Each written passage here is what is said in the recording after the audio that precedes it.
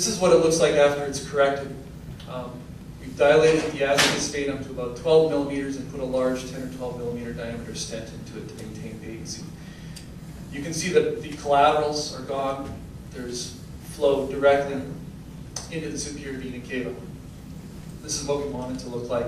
We see a lot of our azygous veins are treated with small balloons, but they need a 10 or a 12 millimeter diameter balloon angioplasty quite often in order to attain that patency that won't occlude and won't restenose in a very short period of time. What happened to the other stent? We'll get to that. Yeah, it is a good question.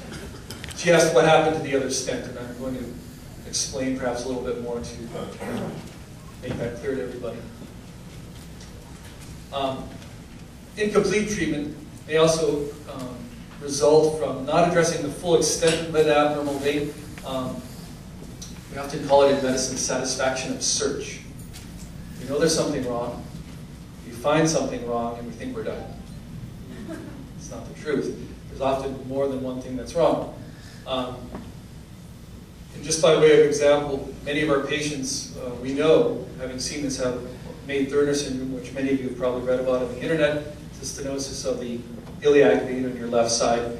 And there are many people out there who receive the CCSVI treatment who should also be evaluated for this. And you know, if we're in you fixing things, we should fix everything at the same time. That's my feeling. Go ahead, David. This is an example of another incomplete. This is a patient who presented to us with recurrence of symptoms. And again, more radiology voodoo here. It's a little hard to understand. These things that look like rocks up there are actually fillings in the teeth. Okay? So this is extending quite high up into the skull. Right at the very top is what we call the venous sinuses that kind of wrap around the back of the head. All right? This is a patient who, unfortunately, a semi-typical presentation. The MRI and the venogram showed a stenosis in the mid-portion of the vein. A stent was placed there. The patient really didn't have any change in their symptoms. What we had to do is go up inside the venous sinuses in the back of the skull in order to facilitate angioplasty. Actually, go back one, David, if you don't mind. You can see this narrowing right there. That's at the base of the skull, and we find that quite often. It's a very difficult stenosis to treat, extremely difficult stenosis to treat. And it often involves entering the venous sinuses. In fact, we've had cases where it was so difficult we had to go up one side around the back of the skull and down the other side to get at it. That's how difficult it is to treat these stenoses quite often. And you see a lot of them that are not treated because of that. Go ahead, David. So in any case, that very difficult stenosis was treated and what appeared to be normal venous hemodynamics were achieved. Unfortunately, we fixed this, and the flow still wasn't to our satisfaction. So we figured, well, we're not done yet. Go back one. Yeah, I guess I am done with that one. I'll show you somewhere later.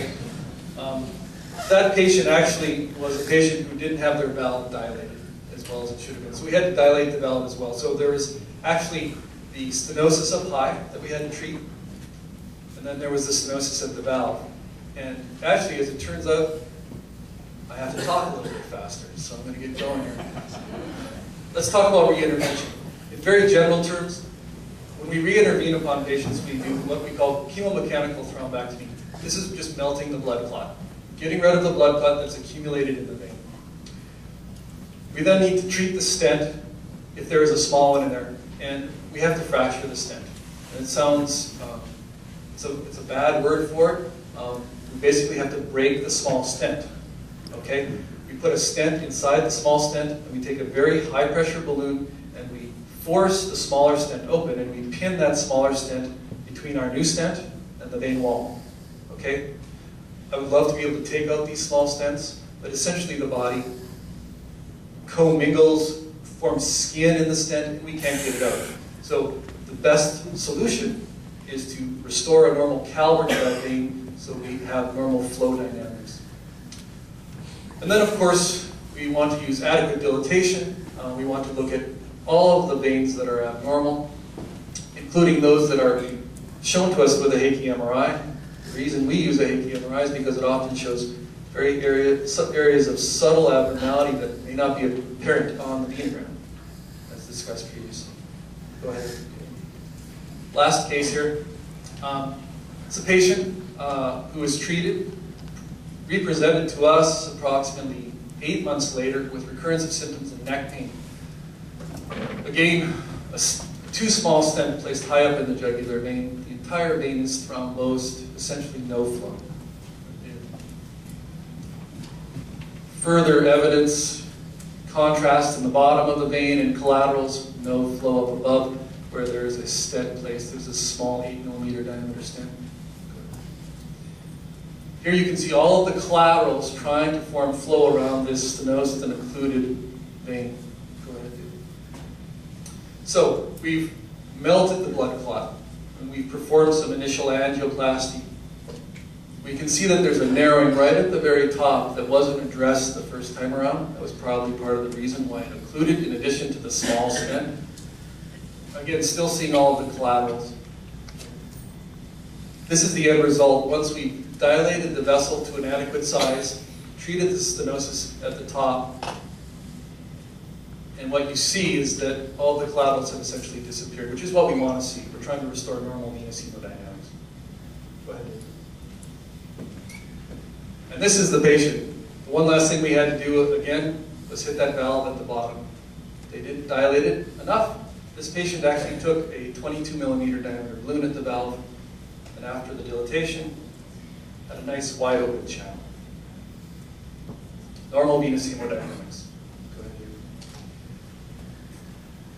Right now we're seeing approximately 2 to 4 people a week.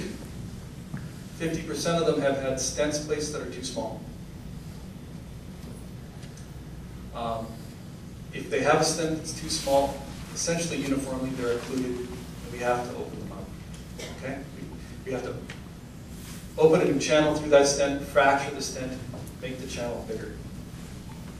If a suboptimal or undersized angioplasty was performed, the stenosis comes back. And so what we really need to do is we need to go in and just open up that valve, disrupt the valve, and obtain a larger caliber so that restenosis doesn't occur as quickly in the future.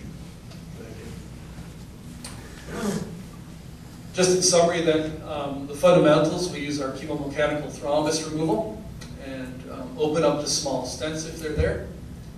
We address the angioplasty by addressing the valve and disrupting the valve and performing an adequate angioplasty along the entire length from the skull base, including the sinuses or even into the sinuses if necessary within the skull, all the way down through the chest. And of course the azygous vein, we want to look at that and any other veins that we need to treat as well. That's a picture of just outside the clinic on the beach. Pretty nice picture. Well, you guys live near the water, so it's not that big.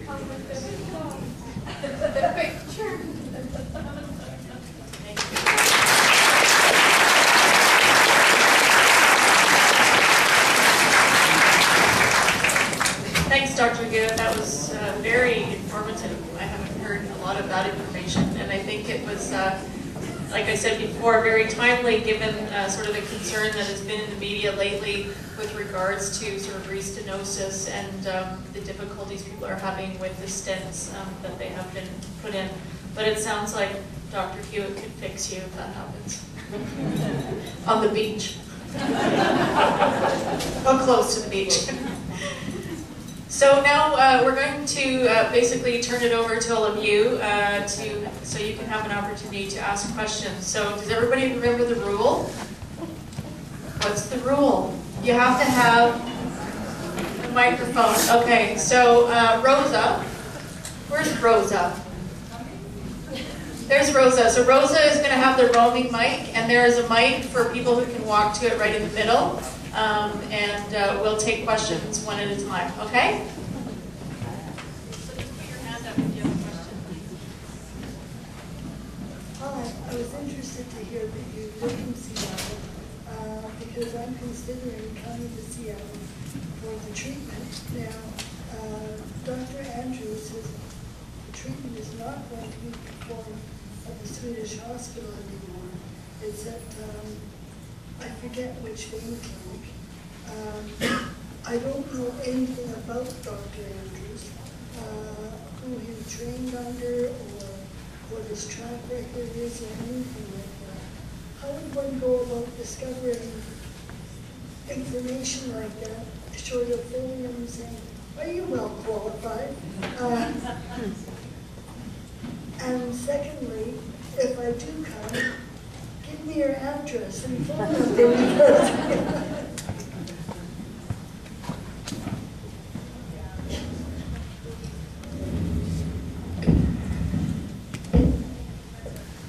well, if you'd like to find out about Dr. Andrews and have some real, listen in on some candid conversation, there is a Facebook page, CCSVI in Seattle, and the patients there do discuss what they know. I saw Dr. Andrews at the International Symposium on CCSVI that Dr. Sclafani organized and held in New York, and I introduced him to Dr. Tariq Sinan, and I know they talked. I will give you my address. I live close to the clinic where he is treating. You are welcome to stay at my home. And I will talk with you afterwards and share what I know.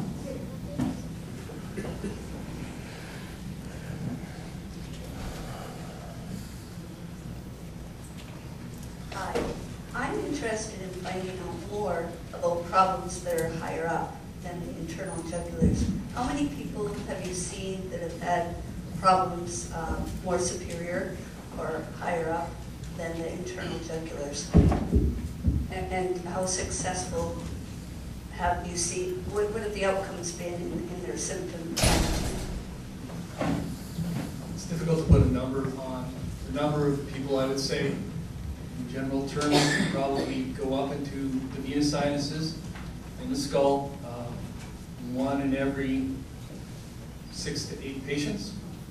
Okay, most of those stenoses, narrowings, or abnormalities are found on a Hakey MRI that we perform. That's the indicator. You're not going to see that with an ultrasound or a normal MRV typically. Success rates, it's this is a very young science. Okay, and I like to tell our patients that success is very individual and it varies. In our clinic, we look for what I like to refer to as the 3 cardinal symptoms of CCSVI. Fatigue,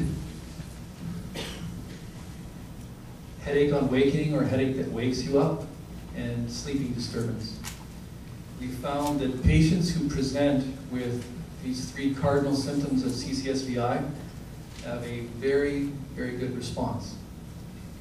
Very good response. These are the people that will have the hands and feet warm on the table, by and large. These are the people who have usually a very quick response in terms of resolution of the cardinal symptoms. Soon thereafter, we will often see changes in the autonomic abnormalities that they're having. In other words, thermal regulation, bowel and bladder dysfunction. If there is an improvement in motor or other neural abnormalities, especially the motor abnormalities, what we're finding, it doesn't occur for several more months. Why? I don't know. If I were to hypothesize why that's the case, I could guess that it may be due to muscle atrophy. Muscle atrophy is something that's not going to respond immediately. It's going to take time to recover.